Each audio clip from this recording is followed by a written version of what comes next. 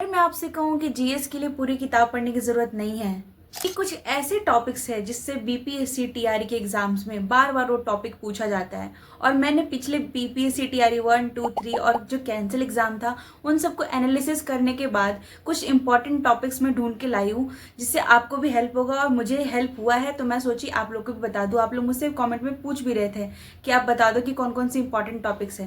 तो अगर ये टॉपिक्स को आप कवर कर लेते हो तो आपका बहुत सारा टाइम बच जाएगा और जो इंपॉर्टेंट है, जो 80% आने वाला है, वो चीज़ की तैयारी आपकी अच्छी रहेगी। क्योंकि लोग क्या करते हैं, स्टूडेंट क्या करते हैं, 20% के ऊपर ही भागते रहते हैं। उनको पता ही नहीं चलता कि वो 20% की तरफ जा रहे हैं या 80% की तरफ जा रहे हैं। तो मैं वही, आप लोग को टाइम वेस्ट ना हो, आप लोग भटको ना इधर से उधर, आप गलत जगह मेहनत ना करो फालतू में, कम समय में आपका ज़्यादा आउटपुट निकल के आए। इसीलिए मैं आज वैसे टॉपिक्स लेके आई हूँ जो बहुत ज़्यादा नेसेसरी है।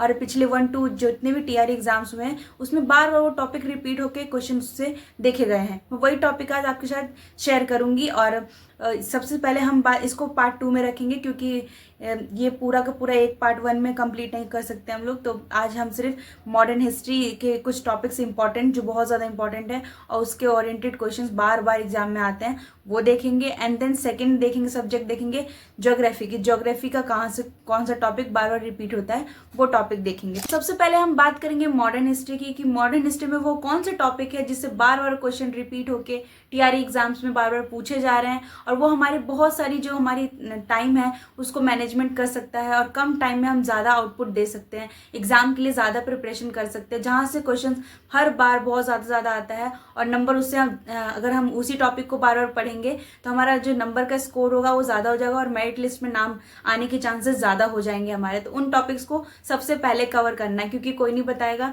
मैं एक एस्पिरेंट तो मैं समझ सकती हूँ कि कैसे लोगों को दिक्कत होता है ये सब ढूंढने में, लेकिन कोई इतना एग्जैक्टली नहीं बताएगा जितना मैंने एनालाइज करके आप लोग के लिए, आपके चक्कर में बस आपके लिए टाइम निकाल के मैं आपके लिए लेके आई हूँ। ठीक है, तो मैंने सारे पॉइंट्स लिख रखे हैं कि आपको कौन कौन से टॉपिक पढ़ना है। ठीक है, सबसे पहले मॉडर्न हिस्ट्री में बोलूंगी कौन से टॉपिक पे ज़्यादा फोकस करना है।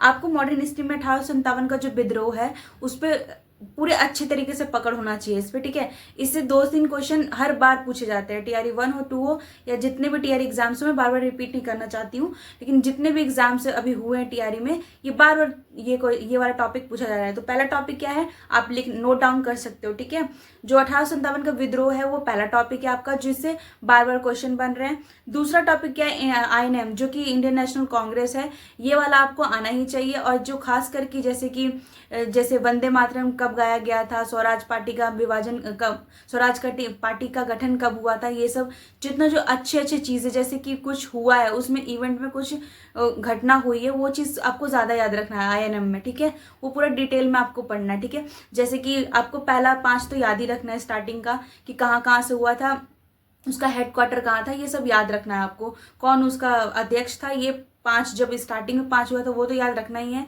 साथ में जो मुस्लिम अध्यक्ष थे कौन कब बने, या फिर जब गांधी जी जब भी गांधी जी ने आईएनएम में भाग लिया है तो उस टाइम कौन थे अध्यक्ष, या फिर सुभाष चंद्र बोस ने इस्तीफा दिया था उस टाइम क्या हुआ था, नहीं हुआ था, ये सब।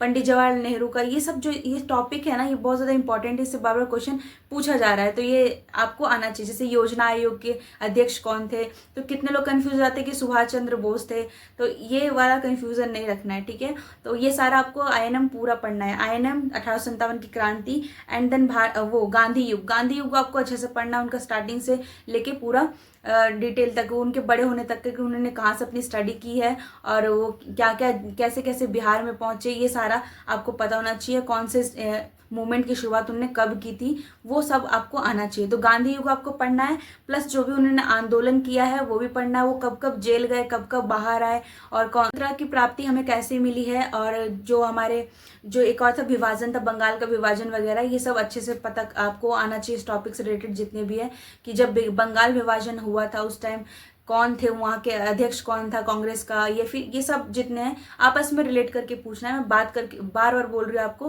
कि ये सब रिलेट करके पूछा जाता है, तो इसमें कंफ्यूजन नहीं क्रिएट होना है। ठीक है, ये एक टॉपिक है जो मैंने एनालाइज किया है, और ये इसमें भी आपको एक और जो सबसे बहुत ज़्यादा महत्वपूर्ण है, बहुत ज़्यादा इंपॉर्टेंट है, अगर इसको मिस कर दिए तो बहुत दिक्कत होगा आपको। बिहार के संदर्भ में भी आपको ये सब करना है, जैसे बिहार में भी आंदोलन हुआ है तो उस आंदोलन को भी करना है, और बिहार में क्रांतिकाली आंदोलन हुआ है वो सारे, वो सभी आपको रिवाइज करना है, क्योंकि जितने भी एग्जाम्स हुए ना टीआरई के, वो सारे में ये बिहार से कनेक्ट करके पूछा ही जा रहा है क्वेश्चन। बिहार को आप नहीं छोड़ सकते।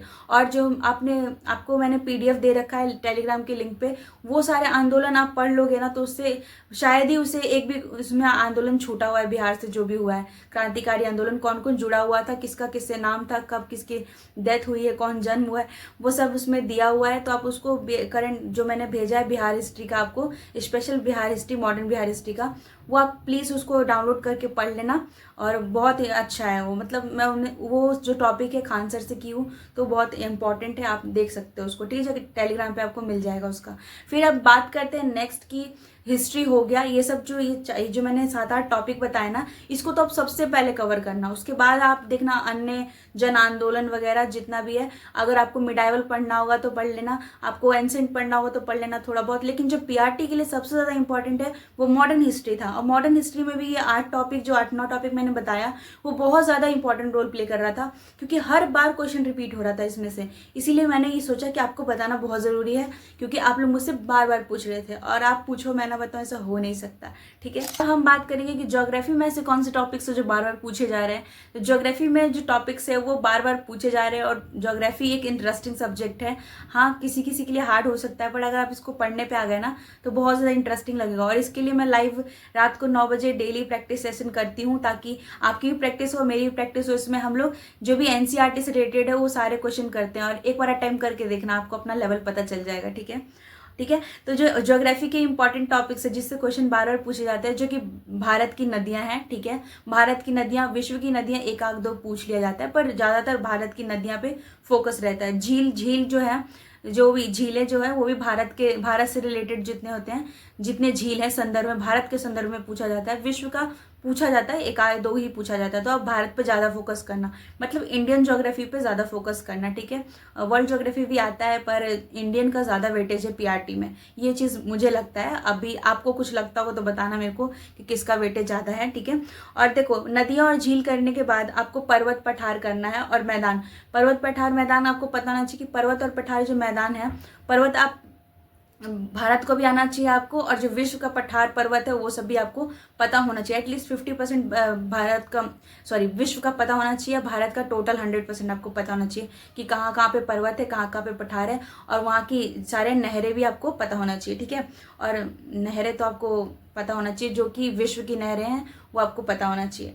और जो थर्ड है मृदा, मिट्टी से रिलेटेड कौन सी मिट्टी कहाँ पाई जाती है, कौन सी मिट्टी कहाँ उपजाऊ होती है, और ये भी आपको पता है। जलवायु से रिलेटेड क्वेश्चन आते हैं, घास के मैदान से क्वेश्चन आते हैं कि भारत में घास के मैदान, जो आपको पता है झूम खेती किसे बोलते हैं, भारत में झूम खेती होता है, और किसी किसी जगह पे झूम खेती, मैं पूरा डिटेल में नहीं बता रही यहाँ पे। फिर स्टेपिस कहाँ पे बोला जाता है उसको, तो ये कहाँ की घास की बोला जाता है, स्टेपिस, ये सब वगैरह और भी है नाम। तो ये सब आपको घास के मैदान में मिल जाएगा चैप्टर। ये एनसीईआरटी आप पढ़ोगे तो पूरा का पूरा उसी में से आया हुआ है, अलग से नहीं है ये सारा। तो ये सब करना है आपको। जलवायु आपको देख लेना, जलवायु परिवर्तन देख लेना, किसके अनुसार कहाँ की जलवायु कैसी है, वर्गीकरण क्या है, ये सब भी आपको पता होना चाहिए। और जो समुद्र तट है, जो द्वीप है, वो सब के बारे में पता होना चाहिए। ये इंपॉर्टेंट टॉपिक है, समुद्र तट, द्वीप, ठीक है। उसके बाद आपको मरुस्थल के बारे में, जो हमारा विश्व का मरुस्थल है वो भी आपको आना चाहिए, भारत का मरुस्थल है वो भी आपको आना चाहिए। पिछली बार टीआरई के एग्जाम में आया था कि भारत का विश्व का सबसे गर्म मरुस्थल कौन सा है, तो ये सब क्वेश्चन आ रखे हैं, इसलिए ये टॉपिक बहुत ज़्यादा इंपॉर्टेंट रोल प्ले करता है।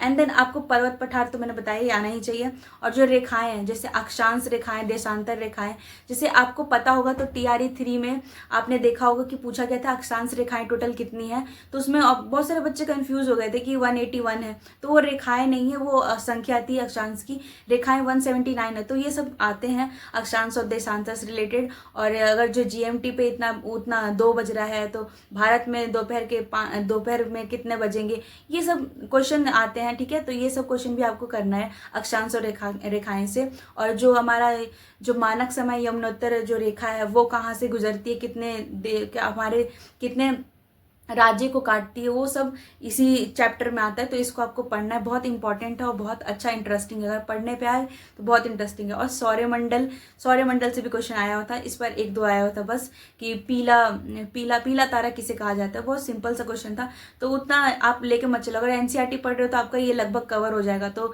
इसमें मैंने एक ही चीज़ नोटिस किया है कि आप एनसीईआरटी पढ़ोगे ना, एनसीईआरटी 6 से लेकर 10 तक, तो आपको मुझे नहीं लगता कहीं बाहर से पढ़ने की ज़रूरत है। हाँ, थोड़ा बहुत डाटा जो है आपको बाहर से इकट्ठा करना पड़ेगा, लेकिन एनसीईआरटी आप 6 से लेकर 10 तक उसको अच्छे से ब्रीफ में कर लोगे ना, तो इनफ है ज्योग्राफी के लिए। खास करके पीआरटी के लिए तो बहुत इनफ है, क्योंकि पीआरटी में बेसिक क्वेश्चन पूछा जाता है। बिल्कुल सरल क्वेश्चन होना चाहिए, सिंपल क्वेश्चन पूछा जाता है, लेकिन वो कॉन्सेप्चुअल पूछा जाता है। मतलब आपको आना चाहिए, नॉलेज होना चाहिए उस चीज़ का, तभी उस सिंपल क्वेश्चन का आप आंसर कर सकते हो।